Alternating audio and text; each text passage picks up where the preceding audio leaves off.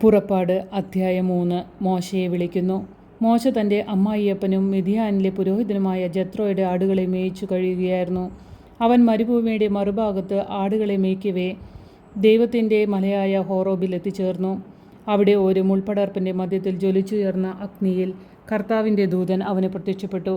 അവൻ ഉറ്റുനോക്കി, മുൾപടർപ്പ് കത്തിജ്വലിക്കുകയായിരുന്നു, എങ്കിലും അത് എരിഞ്ഞ് ചാമ്പലായില്ല. അപ്പോൾ മോശ പറഞ്ഞു, ഈ മഹാദൃശ്യം ഞാൻ അടുത്ത് ചെന്നൊന്ന് കാണട്ടെ. മുൾപടർപ്പ് എരിഞ്ഞ് ചാമ്പലാകുന്നില്ലല്ലോ. അവൻ അത് കാണുന്നതിന് അടുത്ത് ചെല്ലുന്നത് കർത്താവ് കണ്ടു. മുൾപടർപ്പിൻ്റെ മധ്യത്തിൽ നിന്ന് ദൈവം അവനെ വിളിച്ചു. മോശേ, മോശേ, അവൻ വിളികേട്ടു. ഇതാ ഞാൻ, അവിടുന്ന് അരുളി ചെയ്തു, അടുത്തു വരരുത്. നിന്റെ ചെരുപ്പ് അഴിച്ചു മാറ്റുക, എന്തുകൊണ്ടെന്നാൽ നീ നിൽക്കുന്ന സ്ഥലം പരിശുദ്ധമാണ്. അവിടുന്ന് തുടർന്നു, ഞാൻ നിന്റെ പിതാക്കന്മാരുടെ ദൈവമാണ്, അബ്രാഹത്തിൻ്റെയും ഇസഹാക്കിൻ്റെയും യാക്കോബിൻ്റെയും ദൈവം. മോശ മുഖം മറച്ചു. ദൈവത്തിൻ്റെ നേരെ നോക്കുവാൻ അവന് ഭയമായിരുന്നു. കർത്താവ് വീണ്ടും അരുളി ചെയ്തു, ഈജിപ്തിലുള്ള എൻ്റെ ജനത്തിൻ്റെ ക്ലേശങ്ങൾ ഞാൻ കണ്ടു. മേൽനോട്ടക്കാരുടെ ക്രൂരത കാരണം അവരിൽ നിന്ന് ഉയർന്നു വരുന്ന രോദനം ഞാൻ കേട്ടു. അവരുടെ യാതനകൾ ഞാൻ അറിയുന്നു. ഈജിപ്തുകാരുടെ കയ്യിൽ നിന്നും അവരെ മോചിപ്പിക്കാനും അവിടെ നിന്ന് ക്ഷേമകരവും വിശ്രുതവും തേനും പാലും ഒഴുകുന്നതുമായ ഒരു ദേശത്തേക്ക് കാനാന്യർ, ഹിത്യർ, അമരോർ, പെരിസ്യർ, ഹിവ്യർ, ജബൂസ്യർ എന്നിവർ അധിവസിക്കുന്ന സ്ഥലത്തേക്ക് അവരെ നയിക്കാനുമാണ് ഞാൻ ഇറങ്ങി വന്നിരിക്കുന്നത്. ഇതാ, ഇസ്രായേൽ മക്കളുടെ നിലവിളി എൻ്റെ അടുത്തെത്തിയിരിക്കുന്നു. ഈജിപ്തുകാർ അവരെ എപ്രകാരം മർദ്ദിക്കുന്നുവെന്ന് ഞാൻ കണ്ടു. ആകയാൽ വരൂ, ഞാൻ നിന്നെ ഫറവോയുടെ അടുക്കലേക്ക് അയക്കാം. നീ എൻ്റെ ജനമായ ഇസ്രായേൽ മക്കളെ ഈജിപ്തിൽ നിന്ന് പുറത്തു കൊണ്ടുവരണം. മോശ ദൈവത്തോട് പറഞ്ഞു, ഫറവോയുടെ അടുക്കൽ പോകാനും ഇസ്രായേൽ മക്കളെ ഈജിപ്തിൽ നിന്ന് പുറത്തു കൊണ്ടുവരുവാനും ഞാൻ ആരാണ്? അവിടുന്ന് അരുളി ചെയ്തു, ഞാൻ നിന്നോടുകൂടെ ഉണ്ടായിരിക്കും, ഞാനാണ് നിന്നെ അയക്കുന്നത് എന്നതിന് ഇതായിരിക്കും അടയാളം. നീ ജനത്തെ ഈജിപ്തിൽ നിന്ന് പുറത്തു കൊണ്ടുവന്നു കഴിയുമ്പോൾ ഈ മലയിൽ നിങ്ങൾ ദൈവത്തെ ആരാധിക്കും. മോശ ദൈവത്തോട് പറഞ്ഞു, ഇതാ ഞാൻ ഇസ്രായേൽ മക്കളുടെ അടുക്കൽ പോയി നിങ്ങളുടെ പിതാക്കന്മാരുടെ ദൈവം എന്നെ നിങ്ങളുടെ അടുക്കലേക്ക് അയച്ചിരിക്കുന്നു എന്ന് പറയാം.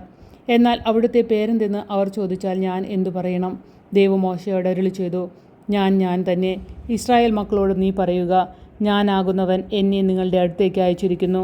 അവിടുന്ന് വീണ്ടും അരുളി ചെയ്തു, ഇസ്രായേൽ മക്കളോട് നീ പറയുക, നിങ്ങളുടെ പിതാക്കന്മാരുടെ ദൈവമായ കർത്താവ്, അബ്രാഹത്തിൻ്റെയും ഇസഹാക്കിൻ്റെയും യാക്കോബിൻ്റെയും ദൈവം എന്നെ നിങ്ങളുടെ അടുത്തേക്ക് അയച്ചിരിക്കുന്നു.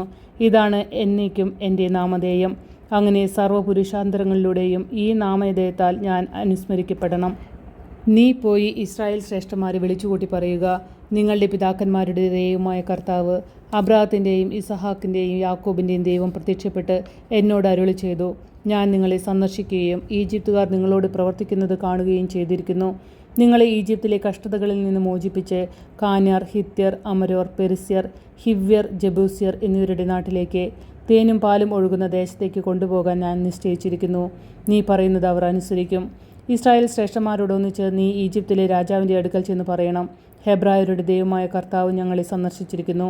3 ദിവസത്തെ യാത്ര ചെയ്ത് മരുഭൂമിയിൽ ഞങ്ങളുടെ ദൈവമായ കർത്താവിന് ബലിയർപ്പിക്കാൻ ഞങ്ങളെ അനുവദിക്കണം.